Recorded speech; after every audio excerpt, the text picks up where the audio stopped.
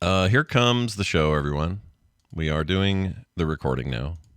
And it begins in 3, 2, 1. 1. Be calm. 2. Get under shelter. 3. Don't run. Obey your air raid warden. How are you this morning? I'm doing good, thank you.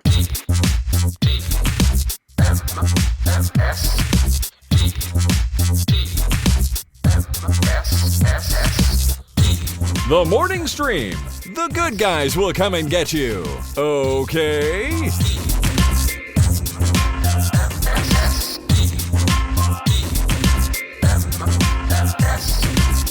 Good morning, everybody. Welcome to TMS. It's Monday, January 22nd, 2024. I'm Scott Johnson with Brian David. Hi, Brian.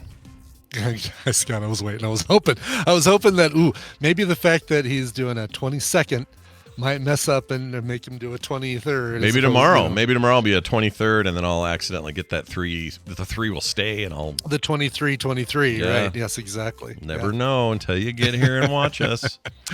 It's good to have you all here. Brian and I are going to do a show because it's a Monday. It's TMS. That's what we do. And I wanted to start things off with a little bit of a shout out to a listener and his daughter, specifically his daughter. He's real nice because he alerted me to this, but it's really the daughter that matters here. So Zoe had, let's just say, a procedure. She's recovering.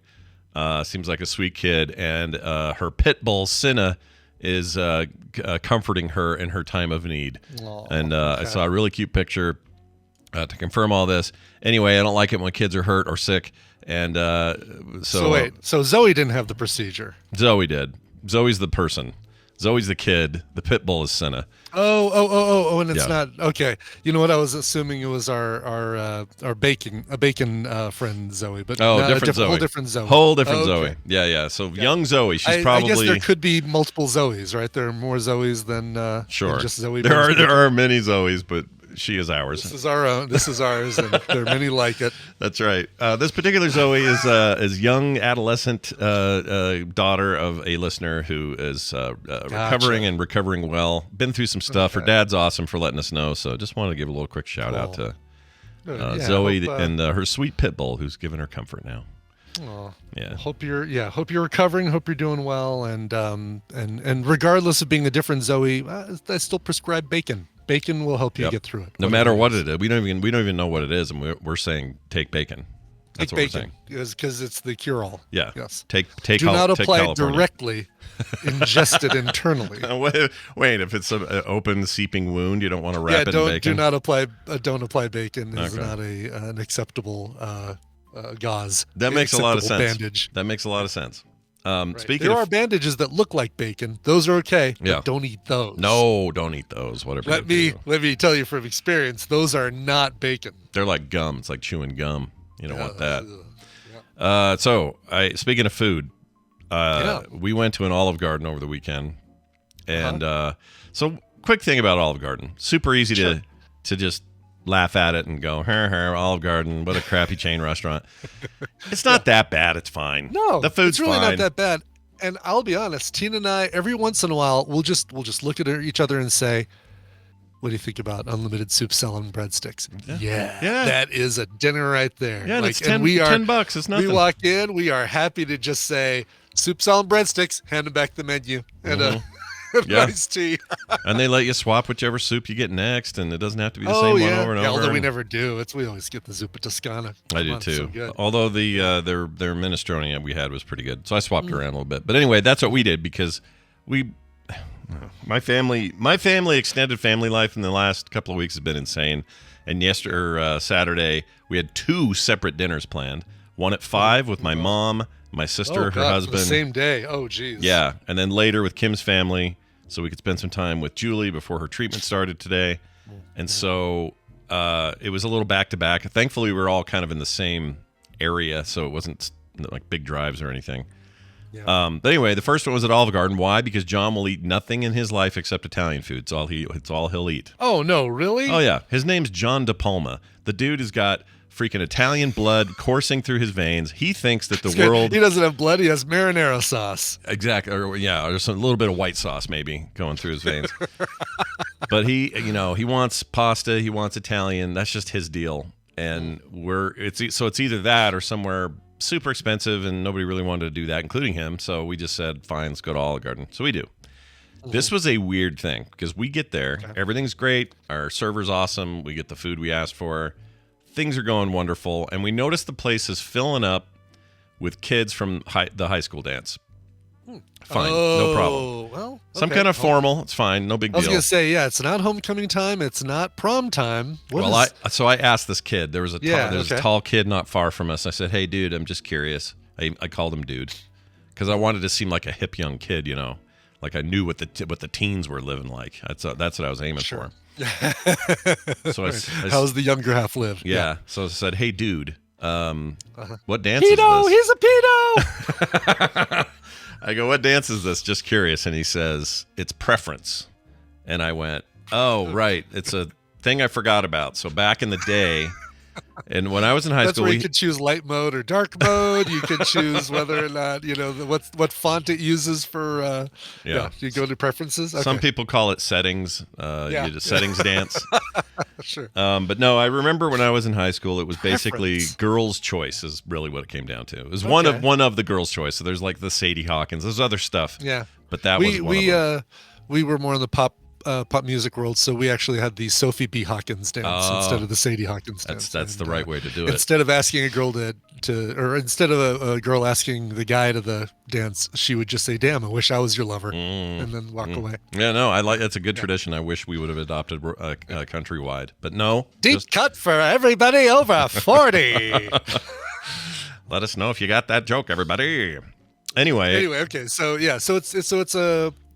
Girls invite the guys invite the so guys. It's basically equivalent of the Sadie Hawkins. Yeah, and they're all very nice. Everyone's dressed up. These kids are actually really nice kids. They were like, they didn't get weird when I asked them. They were like, "Oh yeah, it's preference. We're doing this and that, and then later we're gonna go burp burp burp and the thing." And they were just really nice,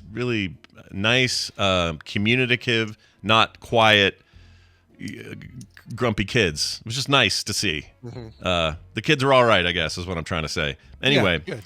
So I talked to them for a minute and like, oh, that's interesting. And then I noticed something that is one of the weirdest things I've ever witnessed at a restaurant. Okay. A little ways away from them, there's a booth. And up coming to that booth is a woman who seemed young, but didn't seem high school age. But youngish. Yeah. I would have said mid-20s or something. Okay, yeah, sure. 25, 26. And she walks over with a baby car seat carriage. And a little girl who's probably 5. Okay. And they sit down and they're just doing stuff. And the mom kept getting up and standing by the table with the baby's thing on the table, kind of, like you would with your baby, making sure the binky's there. And how you doing okay? Right, and, check. But then we start to notice something. The hand of the baby that's sticking out of this carriage thing isn't moving. And it's in this position like a stiff, claw position. Like the monkey's paw. Yeah, kind of, yeah. And it's not budging. It's not twitching. It's not doing anything. Okay. And I'm like, that doesn't look right. So I'm kind of... And while she's doing this, she keeps glancing over at these other kids, the high school kids. She keeps looking at them and then looking back and then looking at them and looking back in kind of a very regular way, like more than you would normally do. Yeah. And she's still fiddling in that thing. Well, she steps away a little bit and I'm like, all right, here's my chance. So I kind of get an angle like this and look over there. It is a full-on, not real baby. It's a doll. It's not alive. It's just a doll baby. And so my thinking was, all right, I think I kind of had a theory. Me and Ken were sitting next to each other. We kind of had this joint theory. And Ken's probably listening to this, so Ken, if I get this wrong, correct me. But the theory is, at least at that point, was, maybe this is a student not connected to the dance at all. Mm-hmm. But this is a student who's doing that whole take care of a doll for a week. Right, exactly. School thing. Used to be a bag of flour, or at least in sitcoms, it was a bag of flour. Yeah, sometimes an egg. You have to keep an egg safe for a week or whatever it right, was. Exactly. By the way, Scott, real baby, fake baby, it doesn't matter. At Olive Garden, it's family. Yeah, it's always family. Everything's family there. Yeah. I found there was a plastic family. Little dog turd in the corner, and I called it cousin Larry. So it's fine. Uncle Jeff. Sure. Yeah. So anyway, this thing is just sitting there and she's looking at it and I'm like, okay, interesting. But that doesn't account for, that theory doesn't account for this 6-year-old girl who's there, who looks like she's related. Yeah, at first I was thinking it was it must be the little girl's, baby doll or something. But then why is the mom devoting so much time and attention to it? Yeah, and very, very realistic devoted time and attention. Like really in there going, oh, it's okay, and talking to it and all this. Right, and the little girl is just kind of off in the corner drawing, has a crayon, just drawing on a piece of paper. She's not at all bothered by any of this, doesn't even seem to notice the baby's there. So then I'm like, fine, I don't know. I'm never going to know. I'm not going over there to ask. So let's just let this pass and I'll eat my soup and eat my breadsticks, right? Sure. And then another weird thing happens, and it actually concerned us for a bit, especially Ken and I, because she was right in eyesight of us. And this girl leaves, and now there's just the little girl drawing and the fake baby in the thing. Okay. And she doesn't come back she doesn't come back, and we're like 20 minutes later, she's still not back. Oh my God. Okay. Yeah. Just left the 5-year-old alone. Yeah. For 20 minutes. Yeah. And Ken goes, "This isn't good. I don't like what this is. This feels like an abandonment or something." I'm like, "Yeah, it does. It's funky. Yeah. It's weird." So we've asked, the server comes by and says, "Hey, can you just check on them?" We explained what we saw, and we were just concerned about the kid and stuff. And so the server goes over there and kind of gets as like a jump scare because she thought it was a baby, and she went over. She got over, she looked inside of it and went like that, and then she came back. She goes, "You guys know that that's not a real baby over there?" I'm like, "Yeah, we got that part." That part, we're up to date on that. Yeah, it was pretty funny, but anyway, we waited a little bit longer.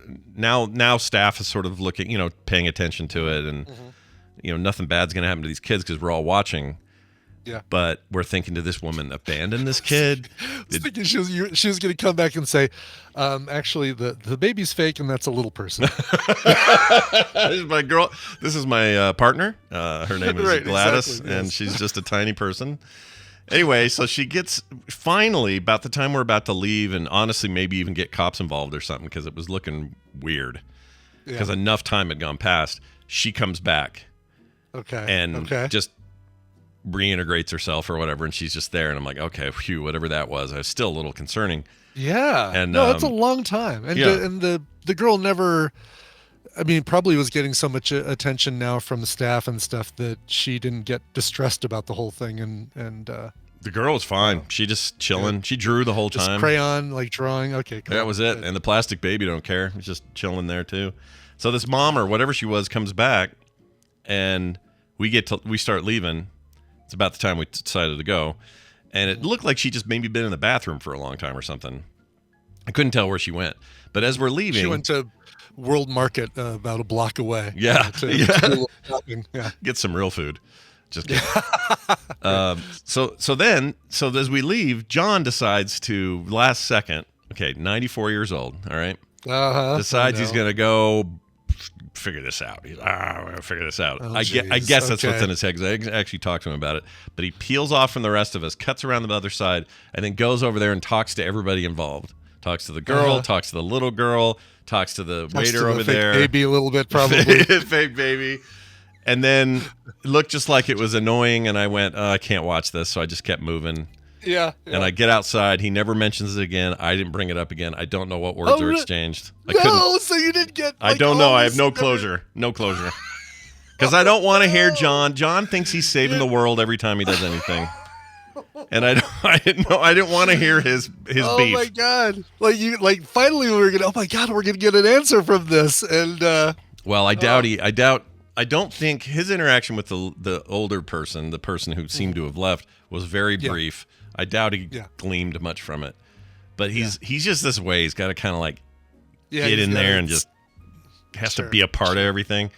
Yeah. And so to this very moment, I don't really know what was going on at all. And this place was mostly, most tables were kids from this dance. It was right near this school, the high school where the dance was. It's a huge school full of tons of these teenagers. So that place was mostly that, and then this one person with a fake baby. So weird. By the way, formal, informal. What is the very attire formal. for the preference? Very formal. Yeah, the they are all preference some of these kids look like they have never worn a suit before because they were so uncomfortable in it.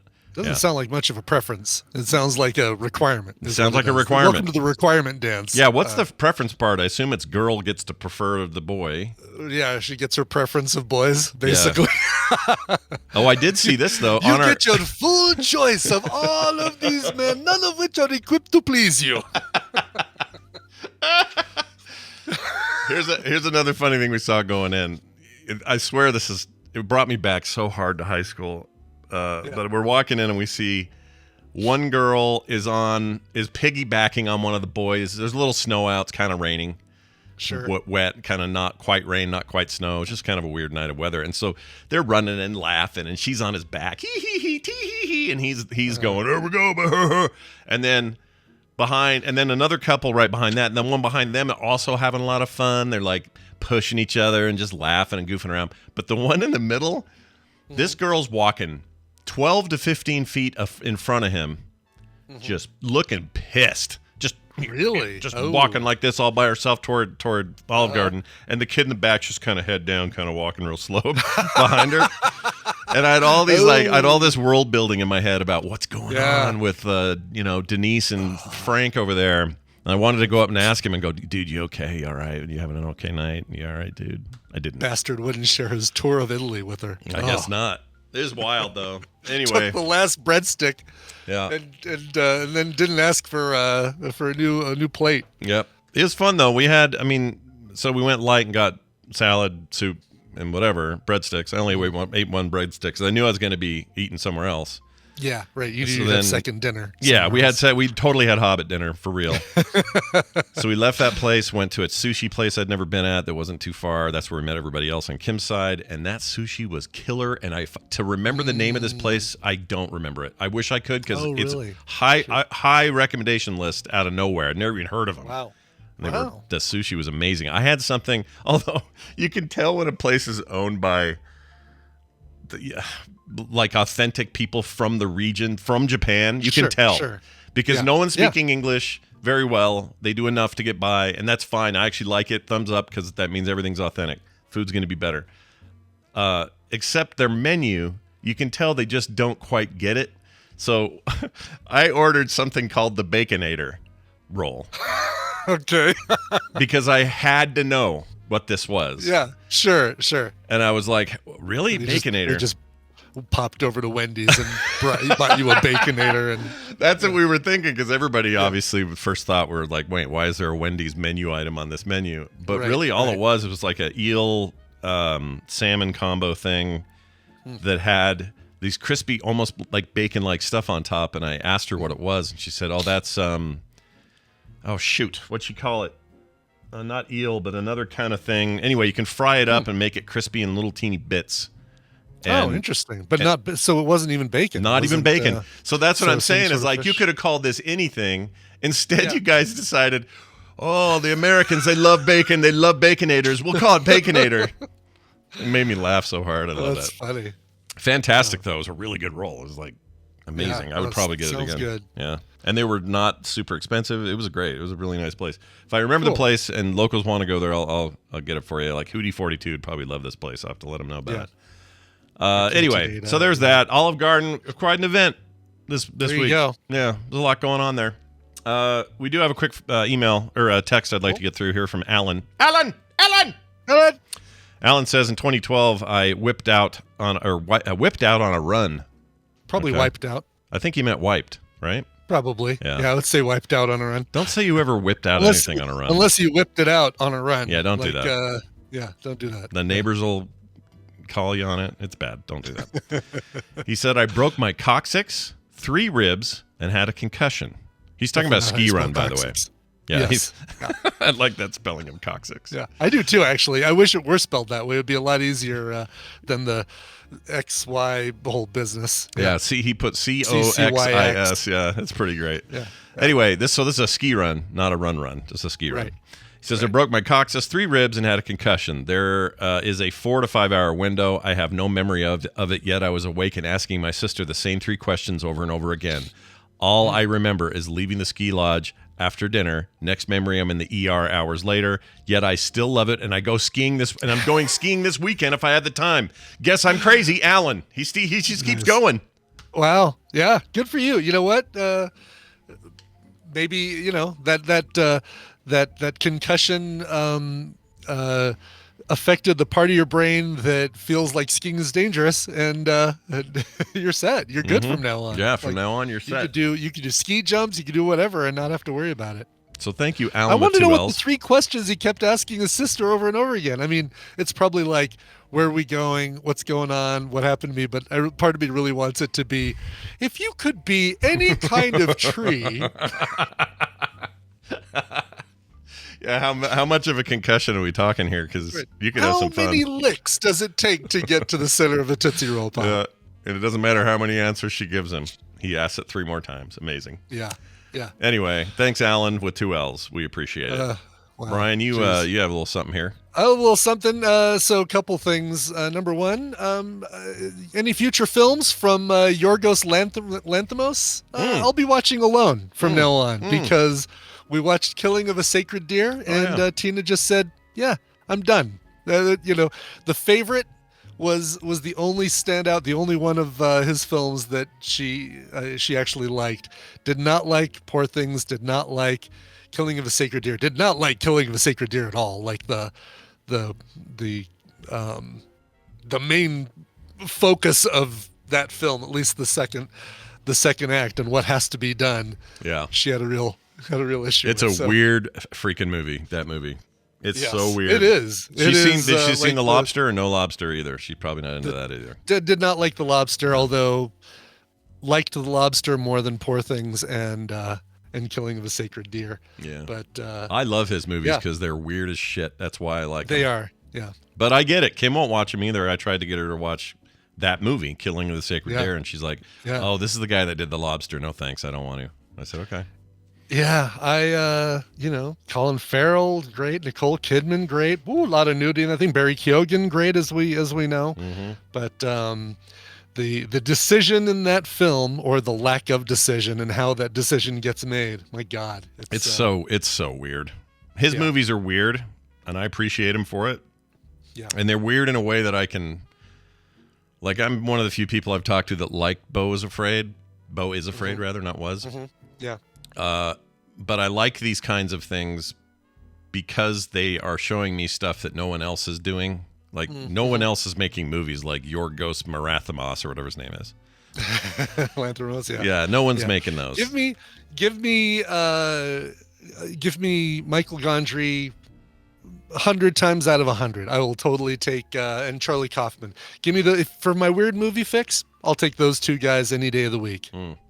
Somebody's going to edit that out and just have a little clip of me going, "I'll take those 2 guys any day of the week." Yeah, it'll be a perfect little standalone, no context clip. Yeah, exactly. Yeah, I'd like to retract that, please. Yeah, we're doing a little bit of a what do you call that when the government does it? It's called a retraction. No, it's a different thing where they cross it out, black it out. It's called redaction. Redaction. We would like to redact Brian. I'd like to redact that from the record, please. Yeah. Thank you. I love the term redact. From the record. I also had a fun Lyft story. I'll do this quick because we want to get to Dunaway. Yeah. But ever since I got the new 3D printer and had to buy the new IKEA tabletop that's much bigger to support it, I took the legs off this old IKEA table and put that on. But then ever since then, I've had this other tabletop. This other IKEA tabletop that didn't have any legs. And so I said, well, all right. And next time I'm in the area of IKEA, like probably while I'm lifting, I'm going to rideshare driving. Lifting screws people up. Ubering. We'll just call it Ubering. I'll pop into IKEA and pick up some legs. Right. So I'm Ubering on Saturday afternoon. Yeah. And I get a ride that is their destination is IKEA. I am taking them to IKEA. So I'm like, oh, perfect. All right, this is great. That is great. That's a perfect day to have leg day, by the way, is to go to IKEA. It's perfect leg day, exactly. So I'm like, awesome. I'll just make this my last ride of I'll turn the app off so I don't get any more rides. Pop into IKEA, drop this guy off, pop into IKEA, get legs. Yeah. and then turn on the app and see if I can make my way home. Yeah. He gets in and he says, "Hey, so we're doing a pickup at IKEA, and then a pickup at Best Buy. I'm getting a big TV at Best Buy and then a big TV stand at IKEA, and then round trip you're bringing me back home." And I'm like, "Oh, the app right now, the thing is only showing me IKEA, so you need to add those stops." He's like, "Okay." So I'm like, "Oh crud, this is not going to give me any time at IKEA to go get legs." No. Also, I didn't know you could do that and put stuff like a TV in the car. You can do stop. What's that? I didn't know they could put like a TV in the car or other big stuff. I guess you could do luggage. Oh yeah. Yeah, you can do luggage, and if you make a stop, I pick people up at Walmart or from the grocery store, and I help them load all their bags into the car. And what if it's something huge? Like, what if it's like a bed frame or I don't know? Well, this thing that he bought, I'll get to it actually. Okay, all right. This TV stand that he bought was not small, so I'm like, oh crud! All right, well, I say, well, I actually need to get something from IKEA as well. If we're doing curbside pickup, I'm just going to place my order now for the legs I want, because I already know what I want, and it'll take me 5 minutes. Right. And then I'll just do curbside pickup with you. They'll put your stuff in, they'll put my stuff in, and we'll go.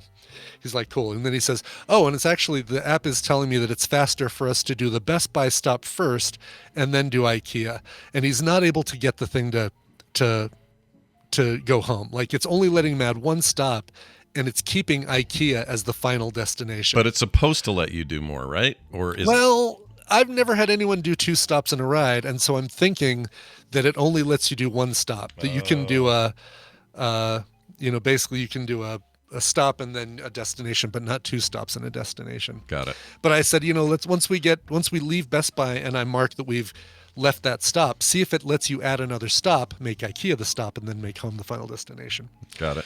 So in the meantime, like anytime we're at a stoplight, I'm like pulling up the IKEA app. Okay, there's the legs I want. Boop, boop, boop. All right, add to cart. Boop, boop, boop, boop. Curbside pickup. Boop, boop, boop. Up.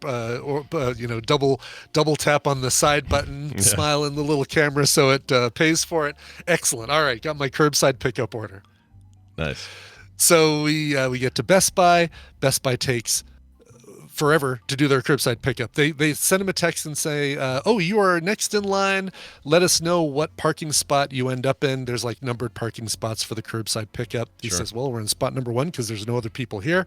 And then we wait and like 10 minutes goes by and nobody comes to bring his stuff out. 5 minutes is what the app allows for a stop. But because at that point it says, if they haven't come out, you can leave them. That's what the Lyft app says. Really? You can just take off. The 5-minute wait of the stop. Oh my gosh. You'll still get paid. Feel free to end the ride. I did not know that. I never do that. I can't imagine. Of course you wouldn't. Right, exactly. No. If it's an extra 5, it's 10, you're staying. I'll give them 10 minutes, and at some point I'll give up, especially if they leave a baby in the car. I'm probably stuck there for a little bit longer.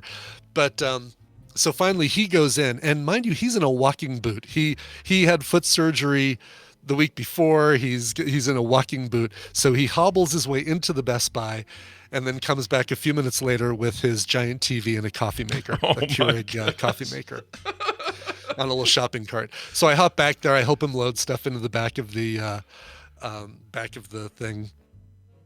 And then I mark the stop closed, and we make our way to IKEA. Keep in mind, this is like 45 minutes just if we were to drive from his place to IKEA alone without the Best Buy stop and without 10 minutes at Best Buy. This would be a 45-minute ride. So we're like into an hour.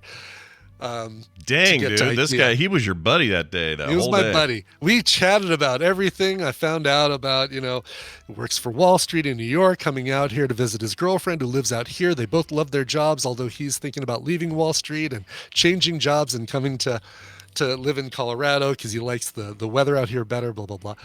So we get to IKEA, and the whole time he's trying to add IKEA as a stop and make the destination home. Not working. I said, all right, well, here's what we'll do. We'll mark IKEA as keep IKEA as the endpoint. Yeah. At that point, I will just turn off the turn off the Lyft app. Yeah. Whatever you were going to pay for the ride, take off a third and Venmo me at Coverville, and we'll just call it good. He's like, oh my God, that'd be great. I'm like, yeah, no problem. Yeah. We're all humans here. We're not a bunch of robots. We can get this done. Exactly. People gave rides to other people before Lyft came around and Uber. Right. We could do this. That's right. So we get to Ikea. We park at the curbside pickup. We go in. He goes up and shows them the little code that they sent. Oh, yeah, we'll get your TV stand. How about you, sir? Can I help you? I'm like, well, I haven't gotten the code yet, but I ordered some legs, just, 4 table legs. Like, oh, yeah, that's what time did it tell you could pick those up? And I said, well, it told me 6 o'clock, and it's only 4. It told me 6 o'clock, but I figure they're legs. I mean, how long? Yeah, no, we've got a big backlog. I'm like, oh, really? All right, can I just go around, go into the store? Can I cancel my order, then go around, go into the store, get the legs and bring them down to you and show you that I've got them? No, you'll actually have to go through the line and pay for it. I'm like, all right, fine. Boo. So, Boo. He's like, Brian, totally, don't worry about it. You did me a solid waiting at Best Buy. They've got a nice couch in the lounge here, TV showing the football game. I'm going to hang here, watch the game. You go get the legs and then come back and get me and we'll go. Like, wow, this guy's real nice, really cool. Yeah. And so I hop up and I'm starting to go up the escalator to the actual entrance of Ikea. Yeah. And thank goodness I know Tina and I learned the trick with Ikea. You know where the shortcut little swingy doors are? Mm-hmm. You can bypass huge swaths of that landscape. Yeah.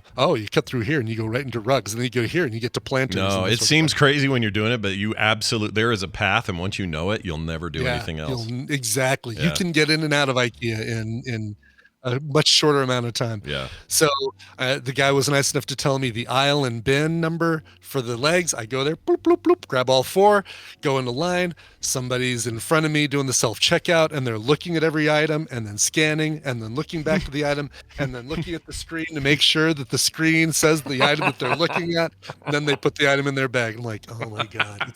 I feel like I'm in a John Hughes film or something. Oh, I love it. Meanwhile, I'm sitting there thinking to myself, he's over in customer click pickup, right? Or curbside pickup. My car's over here with a TV and a coffee maker in it. Ooh. He has all he knows is my first name. Yeah.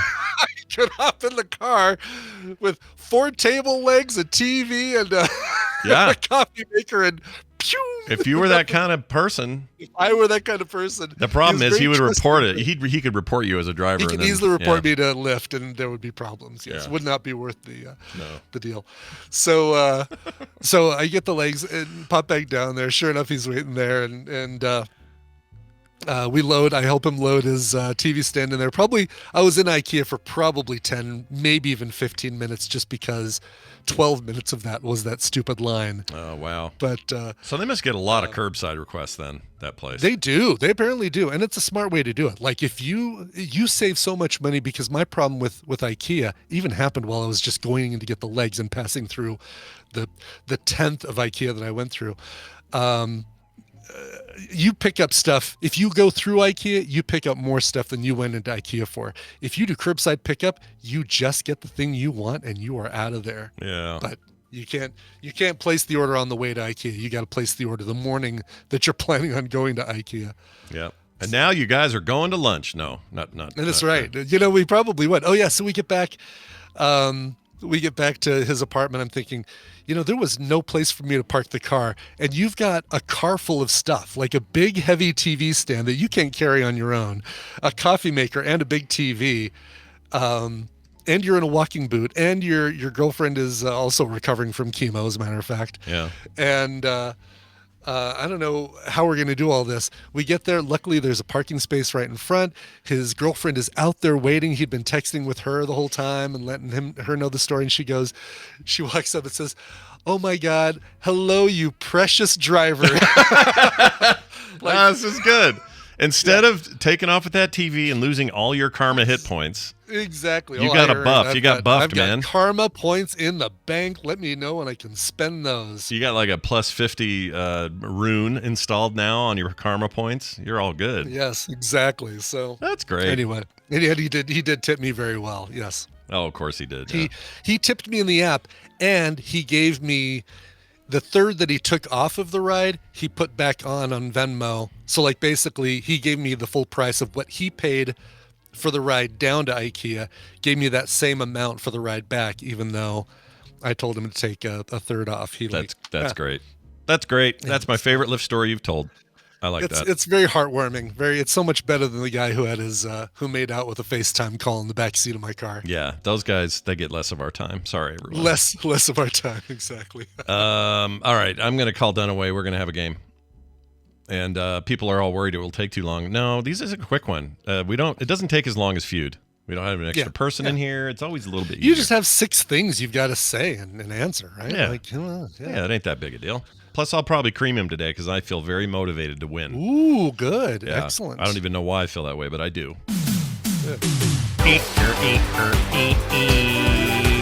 Hey, Brian Dunaway. You've been very patient. Thanks for hanging in there. How you doing? Oh, hi, Scott and Brian. I am very patient. That is a virtue. Yeah. It is. Patience, I hear, is a virtue. Yes. Yeah. You live here in the States, that makes you an English patient. Oh, the English patient. I watched that Seinfeld episode and it was on my mind. Anyway. I've seen that episode of Seinfeld. Still have not seen The English Patient. That's the last Oscar-nominated film that I haven't seen. Like everything English Patient forward that's been nominated for an Oscar. Oh, for really? Best Picture. Weird. That's the divider? That's crazy. That is the dividing line, yeah. Oh, I didn't know. I've not seen it either, so maybe we should do a watch along or something with There we go. the community. I watched the Holdovers last night. That was excellent. Oh, was that great? Also, yeah. Yes, and Oscar bait, right? They're going to be there. Yep. Yeah, very Oscar baby. I liked that movie better the first time I saw it when it was called Dead Poet Society. Dead I liked it better when it was called Dutch. I don't know. Dutch. Oh my gosh, I used to love Dutch. I don't think it's as good as I thought it was. Anyway, well, it's good to have you here. We're gonna play some half-asses. Dutch is real good. Oh, I know. You know what? I'll go back to it. I just worried. There's 2 Thanksgiving movies I watched: Planes, Trains, and Automobiles and Dutch. I didn't know Dutch was a Thanksgiving film. Is it set around Thanksgiving? Oh, yes. I didn't know that. Well, they're both. We watched it for a film site, didn't we? Dutch? No, I don't think so. But they're both. Unless it was before episode 200. Y'all know my limit. Yeah, that's your limit. That's your brain limit. You can remember anything. Okay. Everything is why gone. Why would I watch it then? I have no idea why I would have watched Dutch, because I definitely did watch Dutch. I don't know. But I don't know why I would have watched Dutch. It's John Hughes. If it wasn't for John Hughes, right? Yeah. Again, so both those are John Hughes joints. Yeah. He likes the Thanksgiving. All right, well, let's get to it. Brian, explain these rules and the game and who's winning and all this stuff. Okay. This is Welcome to Morning Half-Asses, a trivia game where I'm actually going to be giving you the answers. I'll give Scott and Brian a category and 6 possible answers, 3 of which are correct and 3 that are incorrect. I didn't come up with a thing. Depending on how confident they feel with the category, they can provide 1, 2, or 3 guesses, but if any of those are wrong, they get 0 points for the round. Get 1 right gets you a point, 2 right gets you 3 points, and 3 right gets you 5 points. Player with the most points after 3 rounds wins the prize for their contestant. Hey, who are our contestants? Well, Scott, you're playing for Wayne Dixon in Aurora, Illinois. Woo! Party on. Excellent. No kidding. It's a Wayne in Aurora, Illinois. Oh, my gosh. Yeah, that truly is Wayne's World. It's also up, that's Fletcher zone, isn't it? That's where Fletcher lives. It is, yeah. He's in that area of the state as well. Yeah. Brian, you're playing for Brian in Chattanooga, Tennessee. So hopefully you don't get confused as to which Brian you are, the player or the winner, if you win. So make sure you keep track of that. Yeah. I win either way. Yeah. Yes, that's you do. one way to look at it. Brian will win either way. All right, and we'll talk about the prizes here in just a second. Let's get to the game. We're going to start off with an easy one. Easy. Shut up. Should be. You always say that, and then it's like, name the 3 pimples on the Pope's butt. And I'm like, I don't know. Do they have names? That'd be great. All right, it is. Your first one is, which of these are among the original 5 Planet of the Apes movies? So, we've had a bunch of newer Planet of the Apes movies, but there was a whole bunch of Planet of the Apes movies in the 70s, late 60s, mid 70s or early 70s. How many of them can you recognize from this list? Your choices are Ruins of the Planet of the Apes, Beneath the Planet of the Apes, Escape from the Planet of the Apes, Law of the Planet of the Apes, Conquest of the Planet of the Apes, and Planet of the Apes 5, The Revenge of Dr. Zaius. I believe I know these answers, and I have locked them in Do already. you really? No. I can't remember. I think these these all sound right and wrong at the same time. Yeah. Because I know one of them is like all of them are kind of bad, by the way. And I'm going to uncheck that. But then this feels like bait. They're fun to see. We should absolutely film sack every one of these, but they're really bad. Like they're not. That first movie's great in ways. You went with 3, Scott? Oh yeah, hell yeah. Damn it! All right, I'll go with 3, 2. I'm going in with full steam ahead here today. I'm going to rock you today. Okay, all right. The answers are Beneath the Planet of the Apes, Escape from the Planet of the Apes, and Conquest of the Planet of the Apes. God. You both got all 3 correct. Dang it, I was hoping you'd screw up. Damn it. I was too. Well, the Law of the Planet of the Apes is like one that's like it's all about a court hearing, and I was thinking that can't be right though. Yeah. Conquest, I think. Oh no, yeah, Conquest is the one. Conquest. One of them has it. Beneath is the one where they've actually got the underground cavern that they're all living in. Yeah. That is I knew there was Escape, and Beneath was definitely Conquest. I couldn't remember. Beneath is really weird, and I think Charlton Heston's back for that one. I think. He? Okay. Yeah, we should really film sack that. I'm back in your damn dirty movie. Yeah. Believe it or not, I actually have all those on Blu-ray. I have the entire original set of Planet of the Apes movies. When you coming over, it might even be a box set with the newer ones up until. Yeah, I'll have to see. I think it's got everything that was released as of like 3 years ago. Oh, even the newer, like the Matt Reeves stuff. Yeah, the newer. Yes, exactly. Rise and Dawn of the Planet of the Apes. I love but those. Not the newest one that comes out this year, obviously. Right. Obviously. The one that hasn't come out yet. The one that hasn't come out yet is not in my Blu-ray collection. Believe it or not, crazy. Wild. Yeah, who would have figured? All right, boy, another easy one. Now you believe me when I say they're easy? I don't think you meant for it to be easy. I did. I just think we got lucky. All right, go ahead. I think you both had a chance on this one. Star Trek characters who guest appeared on Star Trek: The Next Generation. So, who from the original Star Trek cast made a guest appearance on Star Trek: The Next Generation? I'm locked in. You locked in? I'm not telling you how. I'm not telling you how many. Not doing that. Damn it. You're gonna have to find out for yourself. It's kind of fun watching watching you guys put your little dots in and what you take it back like no, yes, no. Yeah, I'm very confident in this one. I'm going in. I'm not as confident. I do know I watched one of these recently and I was like, oh, there's so and so. He looks so skinny. What happened? I think they must have aged him. But anyway, go ahead. Okay. All right. Yes, correct. TV show, not movie. Absolutely. All right. You guys both locked in on Dr. McCoy and Scotty. Oh. However, one of you chose. I probably went the wrong way. The other one chose Spock. Of course, Spock guest appeared. It was like there was a search. They had to find Spock again in Next Generation. Sorry, he played that. He dressed up like remember he had Romulan face work done to be a Romulan You can keep trying to convince me. I don't remember.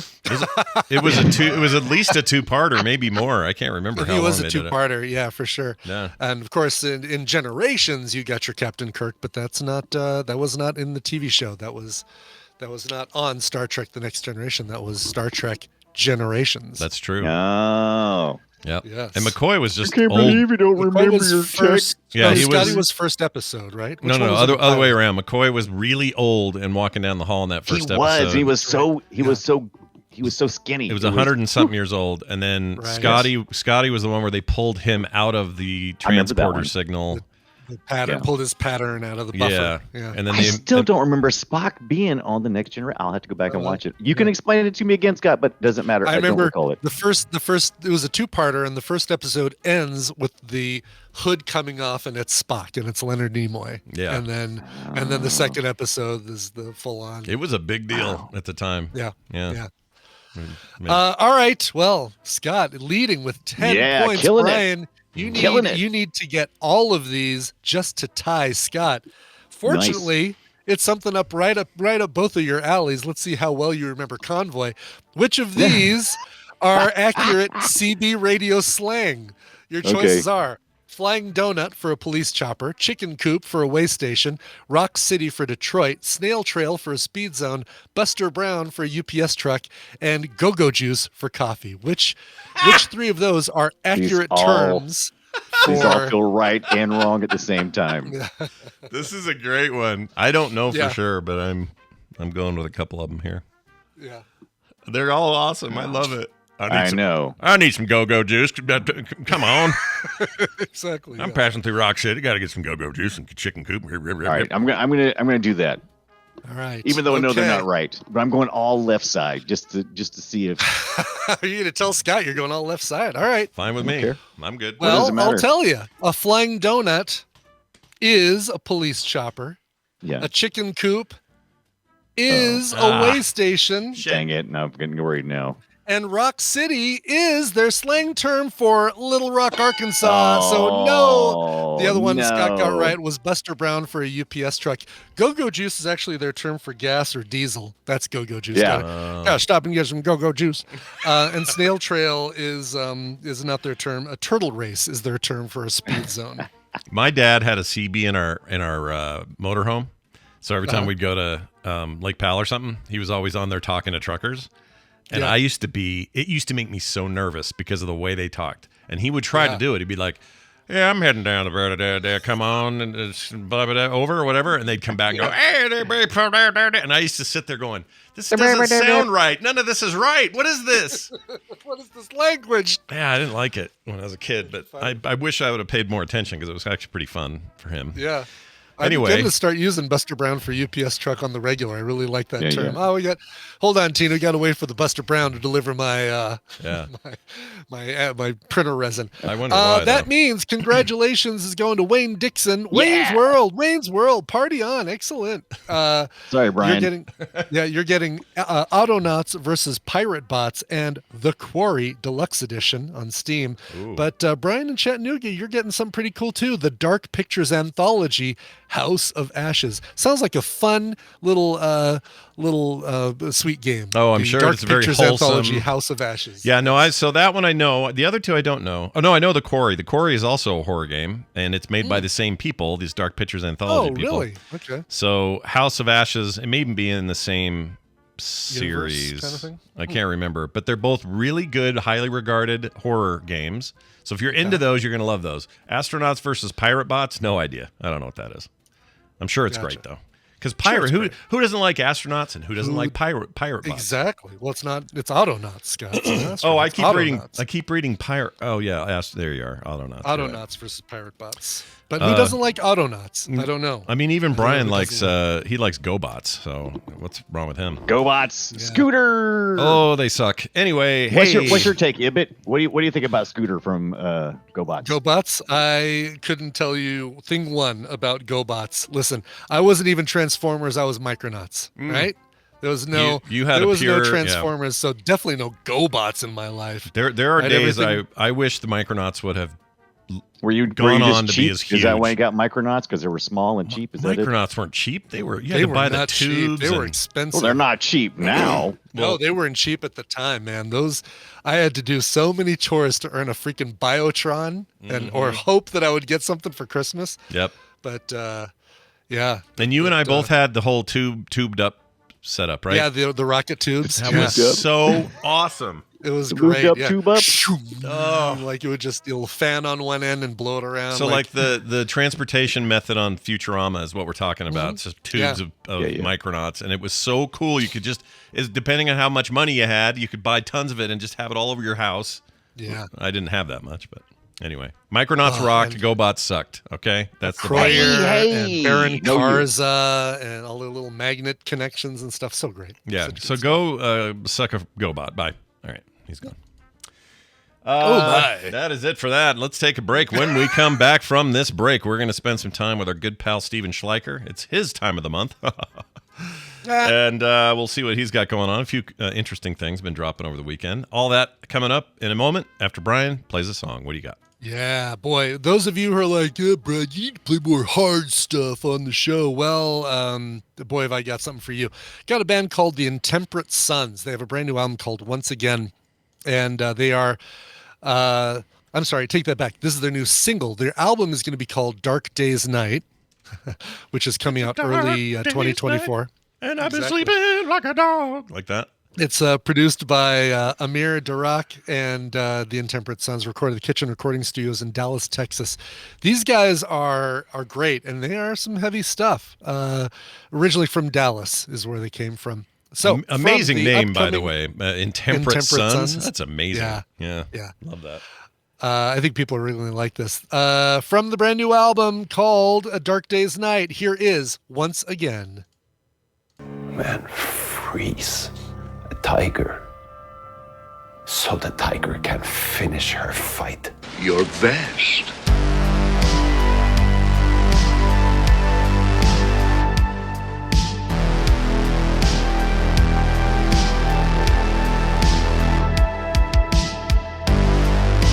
And we're back. Tell me who that was again.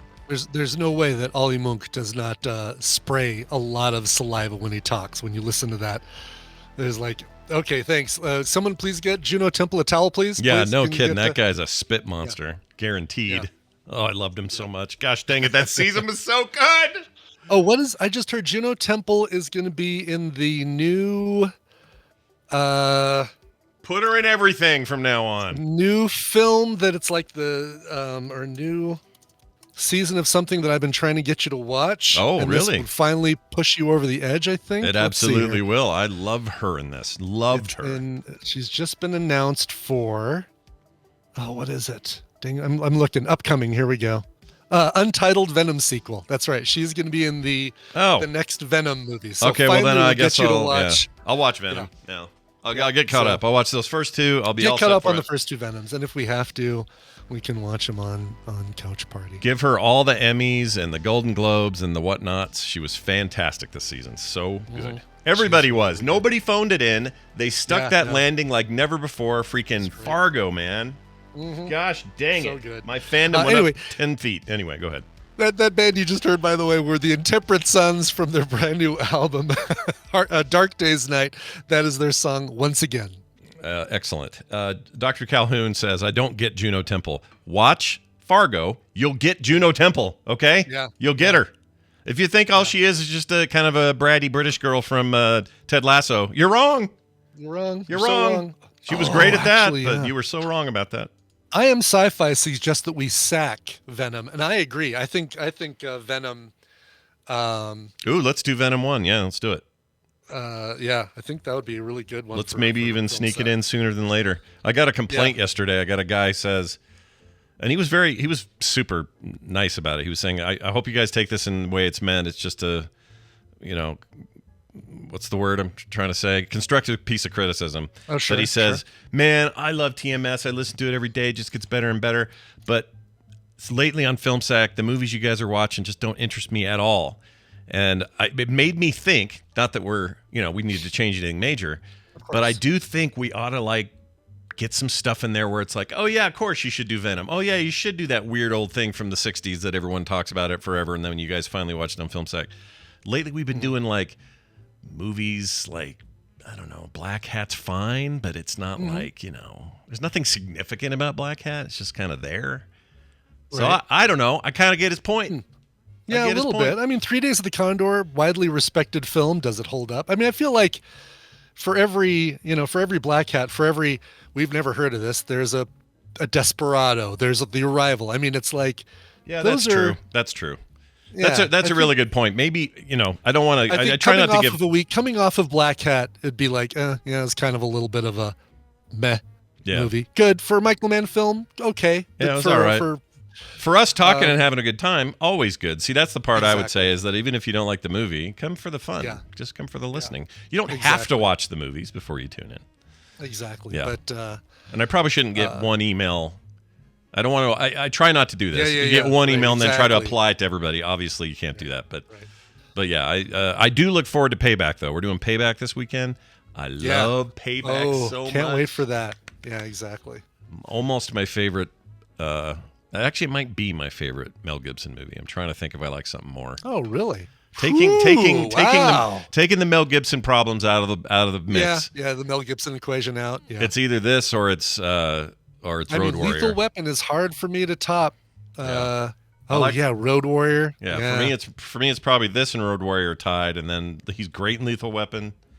Mm-hmm. Even when the Lethal Weapons weren't as good, he was still really great. After that, I guess what's the one he got an Oscar for, or one of them? You'll never take my freedom. Yeah, Braveheart. Braveheart's great. Braveheart. It's a good time. You know, he gets What his. was the religious one? The Passion of the Christ? No. He just directed that though. Just directed that, wasn't okay. Yeah, he wasn't. Well, yeah, but didn't he got nominated for that? Oh yeah, he did. He got nominated for Hacksaw Ridge as well. Yes, right. Another great film. See, when he's behind the camera. Oh, he's a great director. And that Santa thing he did a few years ago, I thought was great, where he's like Santa hiding out in the wilderness of Alaska or wherever it is. He was the best part. He was really good in it. Yeah. I like him in a lot of weird stuff, but I just wish he wasn't such an ass sometimes. Yeah. Fat Man. That's it. Thank you, TV's Travis. Oh, yeah, Fat Man. Fat Man was surprisingly good. Yeah. So I mean, I like the idea of sacking Venom, and I like the idea of sacking. Somebody threw out one that was like, oh, that would be a great one to sack as well. Shoot, and it's gone. I can't think of it either. Was it not Ransom? Ransom's okay.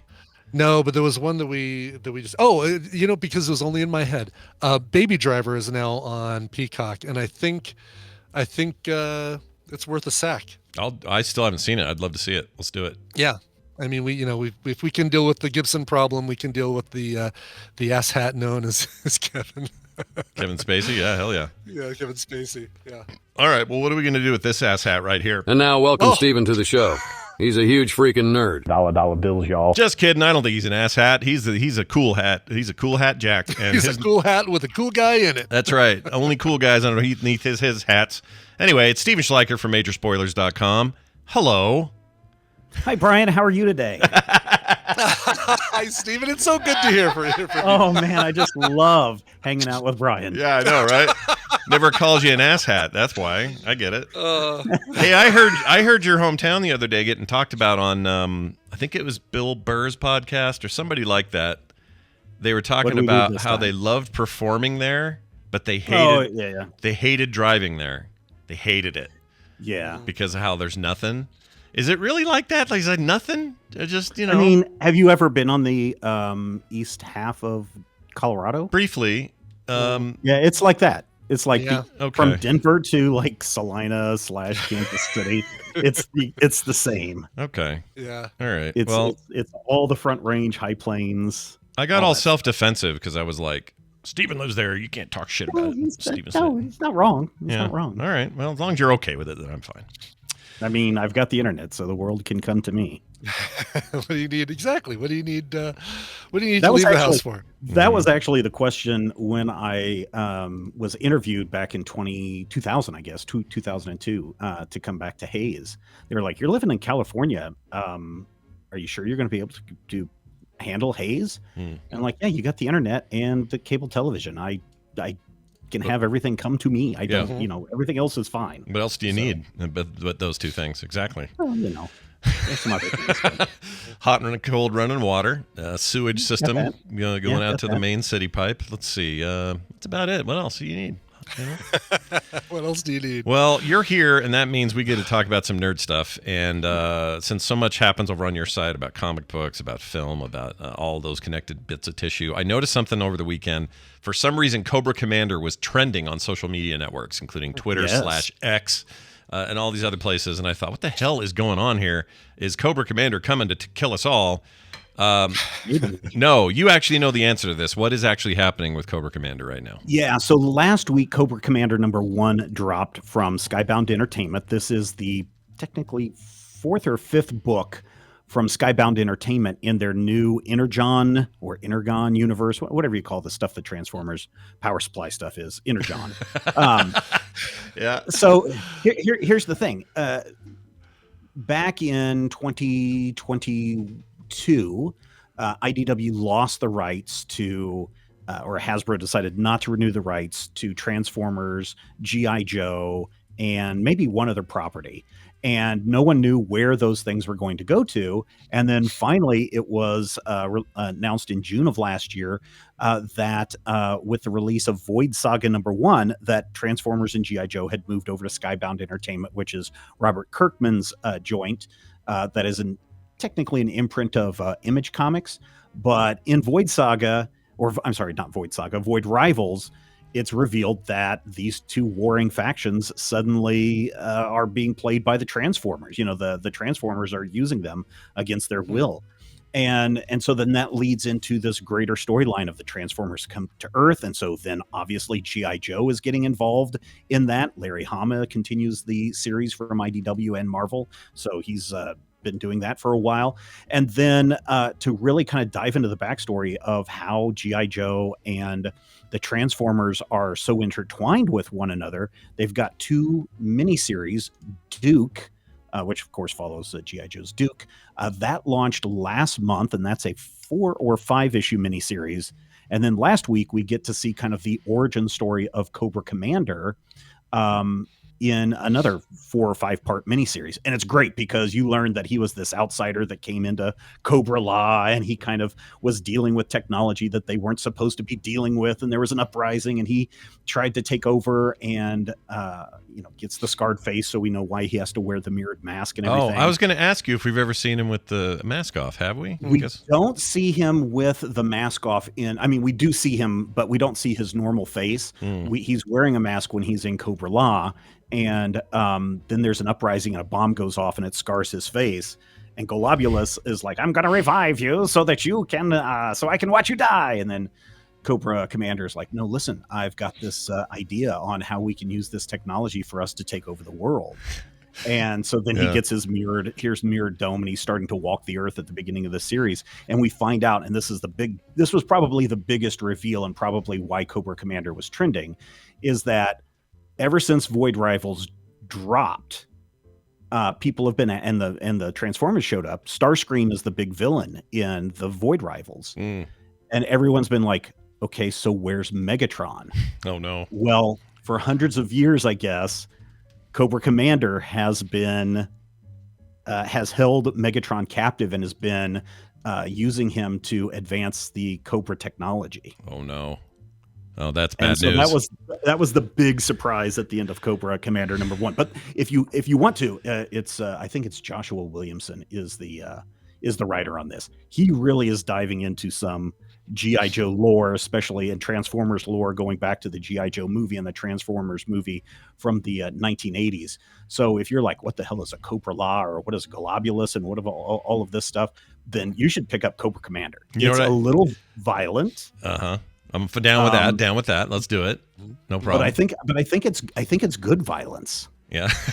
I mean, like, you expect Cobra Commander to not hold back, right? I mean, unfortunately, this is why I was never a fan of G.I. Joe back in the day, is because parachutes kept opening up every time a plane blew up. And I was like, nah, these people need to die. And so, here, Cobra Commander is really exerting his power, and you really get a sense for kind of I'm not trying to make him he's not a sympathetic character. He is a bad guy that you want to boo and hiss at every time you see him on the page. Yeah. Yeah, of course he is. Now, let me ask you this, though. God, I got to text Metzen later. These two properties are some of his favorites. He even wrote some Transformers comics once. He loves G.I. Joe. I'll bet he's losing his shit. I haven't talked to him in a couple of weeks. The whole thing, I mean, Robert Kirkman is smart when it comes to let's get people excited about comics. Yeah. Because like everyone was like Void Rivals. Here's these two intergalactic species fighting with one another, and people are like, okay, and then Robert Kirkman joined. And then everyone who picked up Void Rivals #1 gets to the last page, and you're like, holy crap, is that Starscream? And then everyone's like, holy crap, this is a Transformers book. And so that instantly becomes a huge collectible, and it's probably going to be worth, $500 for the first issue, that kind of stuff. So what he did with Cobra Commander, and everyone's like, okay, now we've seen Duke's point of view. Now let's get Cobra Commander's point of view. And then you drop Megatron, which again, for 6 months, people have been like, where's Megatron? And it's brilliant. It's just brilliant. And there's no marketing that has come out ahead of this, right? Yeah, I didn't hear about it until you said something. I saw this trending. So yeah, here's Cobra Commander #1 coming out in January, and it's Cobra Commander's point of view. No mention. So of any Autobots or Optimus? Yeah, Prime yeah. There's Auto in Void Rivals and in the Transformers series, because there is a Transformers series going along at the same time. Yeah, Optimus Prime is there, and he's trying to save Earth and everybody. And of course, G.I. Joe is very interested in the energy cubes that drive everybody. and seeing how they can exploit it. And same way with Cobra Commander. So yeah, this is going to be this is a big universe that they have created through these 5 or 6 different titles. And if people haven't heard about this until now, oh man, you've got about 6 months worth of reading to catch up on. All right. Well, you got me super peaked. I like both these things. I watched them all as a kid, and I would be remiss if I skipped it. If you are a fan of the 80s stuff, then you should probably pick up all this stuff that's coming out of Skybound right now. Okay. Well, sign me up. I'm doing it. I guess I just go buy the comics. That's how I get it. Yeah, go buy the comics. Get them on Comixology. Well, not Comixology, but Kindle services now is what it is. Whatever it is. Get it on Amazon, yeah. If I launch that Comixology app, does it just tell me to go to the Kindle app now? Or it'll say, yeah. I haven't opened it up in a while. Bums me out, man. I think it does want you to open up your Kindle app, which I don't really have a problem with because the experience is still the same. It's just that sometimes I don't want my textbooks mixed up with my comic books. Yeah, right. Yeah, right. And they mix them up like crazy. Then none of the default listings are very good at saying, here's your comics, here's your books. And I spent a lot of time in that Kindle app and on a Kindle itself. And I don't like how the comics get mixed into the Kindle view because I'm not going to read one of those on my e-paper thing. I'm not going to do that. I'm going to go get that on a tablet. Anyway, whatever. Amazon, get your shit together. Well, considering most of the people who founded Comixology no longer work there. Yeah. Are they doing anything else, or are they like happy to just go retire? So Chip Mosier is now running a digital comic company called Distillery, and they just launched, I want to say in November, and they've got some cool titles coming out both digitally and in print format. And what they're doing is they're printing in magazine format instead of comic book format. So your comics are actually a little bigger and harken back to those black and white comics from the 70s, your Heavy Metals and your Vampirillas and those kinds of things. So ooh, I like that. Looking forward to getting my hands on a print copy of some of that stuff. DSTLRY is how they spelled Distillery. Of course they do. Yeah. Yes. They got some big names in here. Scott Snyder's doing stuff. Lack of vowels in the future. I mean, they put Snyder right up top because that's probably the biggest name. They got Jock. I love Jock's work. Yeah, they've got big names. I mean, I think the Ram V is over there. Yeah. Mark Bernardin, some people may know from the Fat Man on Batman with Kevin Smith stuff. He's a big writer, but he's been doing a lot of stuff there as well. So yeah, they're really good at bringing in some big talent for the launch of this. Now, and is there an app? Is there already an app, or we're waiting for that? I believe there is an app already available. Okay, so I'm down, dude. Check that out. Okay.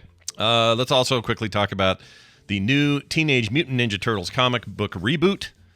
We also should mention that Ultimate Spider-Man #1, but let's talk about the Turtles for a minute. What's going on there? Yeah, so I think there was maybe a little bit of miscommunication from IDW's part. They had announced like 4 weeks ago that, hey, we have renewed our licensing agreement to continue to publish Teenage Mutant Ninja Turtle comics, and we've got a lot of great stuff coming up. And then a week later, they're like, hey, Teenage Mutant Ninja Turtles is ending with issue 150. And then they just kind of left it at that. And everyone's like, oh, no, Teenage Mutant Ninja Turtles is going away. And that's the total opposite of what I think IDW Publishing intended. Because then a few days later, they announced, hey, Jason Aaron, who many people know from he's done a lot of stuff over at Marvel. He just did a Avengers series, which was pretty cool. But he's worked on like every big property at Marvel Comics, also DC Image, DC Comics. He did Scalped for people who are fans of that series. They announced last week that he would be writing the Teenage Mutant Ninja Turtles with a new issue #1 that debuts, I want to say, in April or May. So they are kicking that off fairly soon in a couple months. The one thing they haven't announced is who is the artist, and that is supposed to happen today. It may have already happened. I know IGN is supposed to have the exclusive on this, but I have checked a couple of times on their site, and I have yet to see anything about that. But IDW has been teasing that all last week about who's the artist joining Jason Aaron. So this could be really interesting because Jason Aaron does have an interesting take, I think, on superheroes. And there are times where he takes the concept of a superhero and deviates from the expected tropes. Yeah. And I think that's really appreciated. So to see what he's going to do with Teenage Mutant Ninja Turtles, I'm kind of excited about that. Yeah, I am too. I like the Turtles. Bring on more. Who doesn't? Yeah, we're keeping it all in the 80s here. Yeah, and that new movie from last year is really good. Like, yeah, just keep it coming. Keep doing takes on it, and make stuff for kids, make stuff for adults. Like, there's nothing wrong with the Teenage Mutant Ninja Turtles. All right. No, they're awesome. Also, so Nothing like it. this Ultimate Spider-Man #1, this will be of great interest to Brian, I assume. How's that looking? What's going on there? Okay, so they brought back the Ultimate Universe, and it's very kind of crazy because in the Ultimate Universe, Reed Richards went kind of crazy, and he destroyed the multiverse essentially.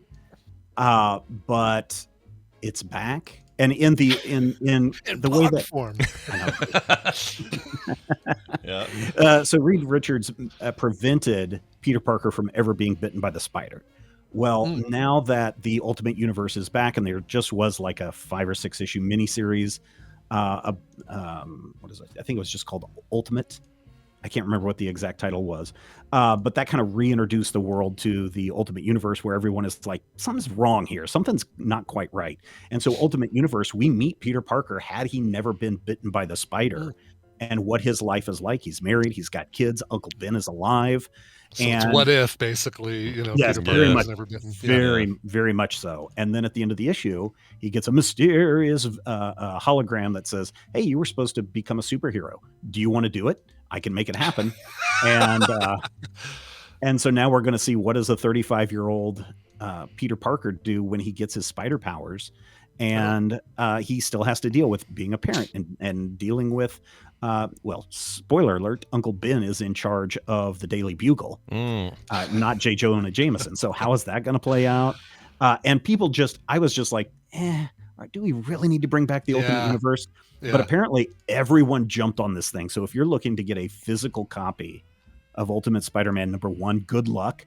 I have seen prices go anywhere from $25 for a first issue all the way up to $700. Really? I think on eBay there was one for the newest Ultimate Spider-Man. For the newest Ultimate Spider-Man. Because I actually have the original Ultimate Spider-Man #1. Yeah, me too. Yeah. Good gracious, $700 for a new comic. Jeez, for a brand new comic. That's okay. Yeah. That being said, you'll be check all with right. your local comic shop. Check with your local comic shop, because I'm betting most of them have probably marked it up to about $10 or $15. Which is to be expected if there's demand. I also suspect that Marvel will do a second printing within the next month. So if your store doesn't have one, just say, hey, pull a copy for me. Issue #2 comes out in February, and we've got a sneak peek over at majorspoilers.com today. So you can go and check that out. And so, it's very interesting. It is got some really interesting art in the way that they're coloring it, I think. And it is by Jonathan Hickman. I like who Hickman. Are fans of Jonathan Hickman. Yeah. Definitely want to go pick up Ultimate Spider-Man #2. Interesting. Okay. One final note about that. He has a goatee in this one, or no? Because in the previous run, toward the end, he had a goatee. Peter did. No, he does not. He does not. He's got a beard. He's got a full-on beard. Oh, full beard. Yeah. Okay. Yeah. All right. Peter I just happen Parker. to be wearing my does whatever a spider can t-shirt. Oh, nice. Yeah. Show us your boobs. I'm going to throw you some beads Exactly. now. Yeah. Throw me some beads and buy me a hurricane. Oh, that's coming up. Everybody be careful out there for Mardi Gras. Oh, that's right. Yeah, no kidding. Right. My sister-in-law is about to go back to Mississippi, and she's in a parade. And I said, are you the one having to show your boobs, or are you the one throwing beads to have? And she goes, I'm doing it for a parade for a bunch of kids, so no one's showing anyone their boobs. Yeah, exactly. Come on now. She made a good point. Stephen, talking to you is always a pleasure. Is there anything else going on in the network over there you'd like people to know about? No, I think everything's good. People, please come over to majorspoilers.com. We've got a lot of really cool stuff. If you want to know more about all these comic books that we're talking about, if you're looking for new comic book recommendations, certainly check out the Major Spoilers podcast. But until the next time I appear, stay hydrated, everyone. Do it. All right. Always good to talk to Stephen. I do. You do. I tease you a lot about how you boil things down. Like, Angel Heart is just about Lisa Bonet and a shotgun. Yeah. And this is just about that. But your Mardi Gras inference is pretty spot on. It is boobs and beads. And that's all it is, man. 80% boobs and beads, 20% Fat Tuesday. Yeah, and the rest of it is drinking to the point that you don't remember any of it. That's right. I can't wait till we get the correction email from Before Tank Girl. I'm looking forward to it. Oh, it'll be great. And look, living around a bunch of Southern people, my wife included, I'm sure I'll get corrected by them as well. That's right. Throw me the beads. I'll show you the boobs. That's right. Perfect use case. All right, we got a couple of quick things. One, so on the weekly now, the core team, myself, Bo Schwartz, and John Jagger are playing multiplayer games on Tuesdays, and tomorrow's no different. So tomorrow at noon Mountain, we'll be playing here on the live channels, all of it, frogpants.tv if you're trying to pick your poison. That includes Twitch, YouTube, Twitter, wherever you want to watch it, we're doing it. And tomorrow I think we're going to play... Oh, yeah, the new Sea of Thieves update is supposed to be insane, so we're going to give that a shot and play that together. So do check that out. Also, a quick text about football records. This came from, did we get a name? No. Sorry, no name on this one, but it's a text. The guy who emailed us about the correction about Mount Kenya being the highest point in the country of Kenya. Oh, same guy. You're right. Because and he even mentions it. Okay, so here's what he says: "Dear Sherpa, boots and backpack. Your boots and backpack, I guess, right?" Yes. Well, I think Brian Dunaway and I are boots and backpack. One is boots, one is backpack. Got it. Oh, that makes sense because he was part of that. Anyway, I enjoyed listening to you graciously indulge my smart aleck observations about Kilimanjaro and Kenya before the 2578 half-asses game. Oh, I have a smart-ass correction to 2578's half-asses sports question. I am pretty sure that the Hand of God, unquote, was not a controversial college play, as Mr. Ibbott said. Mr. Ibbott. I love that. Mr. Ibbott, sure. I'm boots or backpack at one moment, and then I'm Mr. Ibbott the next moment. I feel like I need to ask you for a hall pass so I can go pee during class or something. But anyway, it says, but was from the World Cup football. Strangely, this also happened while I lived in Kenya in the 1980s, and it had something to do with the Argentinian Maradona? Yeah, Maradona. Getting away with scoring a goal with his hand. I have fondness for the foolishness, though, and then no name. He's absolutely correct. 100% correct. Yeah, it was. Okay.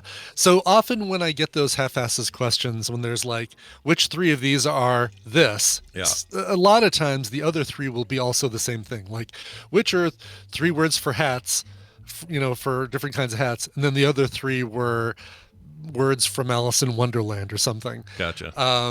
The other two were college plays, and the third one, I just was going through the thing so fast I didn't even read it clearly. So he's 100% correct. It's Hand of God is from World Cup football. Thank you for the correction. If you guys have corrections, you want to send them to in yourself. Keep it to yourself and never bring it up again. Exactly. Or you can text us at 801-471-0462 if you want to. It's up to you. I guess. You can email us too, themorningstream@gmail.com. And then real quick before we get out of here, I'm looking at your album that you have next to you today. Yeah. I need to try to guess this because I don't know what this is. So You're never going to guess this. This is not an album that you'd recognize. This is an album that was sent to me by discriminateaudio.com, and it's by a band called Unborn Ghost. And the album is called Airs of Contempt and Derision. You guys got to see they the sent cover. me digital code too, which is why I haven't even taken the plastic off this thing. I just really like the album cover. Yeah, I think it's really cool. Is she okay? Why is she so upset? Our rainbow lady. She's the all-female reboot of Casino Royale. She's the Mads Mikkelsen character. Oh, and, she can't help but bleed she out can't of her help eye. but cry blood. Yes, exactly. Is she going to hit me with a little bag under an empty chair with a hole in it? Is she going to do that? She is, exactly. Damn it. So, they sent me a bunch of albums and CDs, and I've been listening to them, going through them, and it's like, oh, this one's kind of got the vibe we're looking for TMS. Some of these are a little out there. There's a song on this album called, well, if you spell out "Go F Yourself," yeah, but say it out the full way. Anyway, it's I really like the artwork. Yeah, it's really cool. I do need to change it out. I've had that up for a couple of weeks now. It's striking. I don't know why I didn't notice it before, but man. Real quick here, I was just gonna make a comment about. We do that same reduction thing with Casino Royale. We always reduce it to that. It's scene. either that or the chair with no bottom. Yeah, that the whole Mads Mikkelsen connection to that movie. Yes. That's all that movie is to us. No, nothing about Ava Green and Vesper Lynn and that whole thing, and how it's really a two-parter with Quantum of Solace, and you need to watch the two together as one movie. Yep. But I digress. Yeah. Or that awesome intro song by Chris Cornell. I freaking love Yes. Yeah. One of my faves. So good. Mm-hmm. All right, that's it. We're out of here. Big thanks to everybody for listening. If you'd like any questions answered as to where to go, what to do, what to click, how to do it, you can find it all at frogpants.com/TMS. We'll get out of here with some music because music is what makes the heart grow fonder. It also soothes the savage soul. Oh, that's right. Actually, yours is correct. Mine is mixed up with a whole nother sound. Yours is absence, but yeah, well done. Yeah. Brian, hey, why don't you play a song? I don't know who you Abstinence makes the heart grow softer. Greetings, program, says TJ from Memphis. Today I start an exciting new opportunity at work on the iCloud team. That's awesome. He's going to get just synced up with the cloud. Ooh, send us upgrades, free upgrades. Yeah, free Apple Premiere Plus, whatever it's called, the monthly. This actually is from earlier this month. I'm just now getting to it. So he's been at the iCloud team now for about 2 weeks. Nice. It's certainly the largest single thing I've ever worked on. I started out many years ago just asking the elderly, did you try turning it off and back on again? But now I'm there. I'm nervous and excited about this opportunity. I've requested a song that I've loved ever since the first time I've heard it. It's the song I whistle while I work that cheers me up after a rough one, and it's just a jolly little tune for the whole family. Dear Martha, it is with much affection and admiration that I write to you about this program, though. Oh, man. Here's a little of this. There you go. I just thought you deserved a little of the actual Dear Martha music. Well, thanks. I introed it many, many moons ago. Anyway. So, yeah, TJ, first off, hope you're still loving working on the iCloud team. That's awesome. And congrats on the change, the move up. All right. This is his request. It's a cover of Ooh Dee Lally from the Disney Robin Hood. This one performed by Los Lobos from their 2009 album Los Lobos Goes Disney. The whole album's great, but the fact that they went in and really deep dived into this Robin Hood song is even better. Los Lobos covering Disney and Robin Hood with Ooh Dee Lally.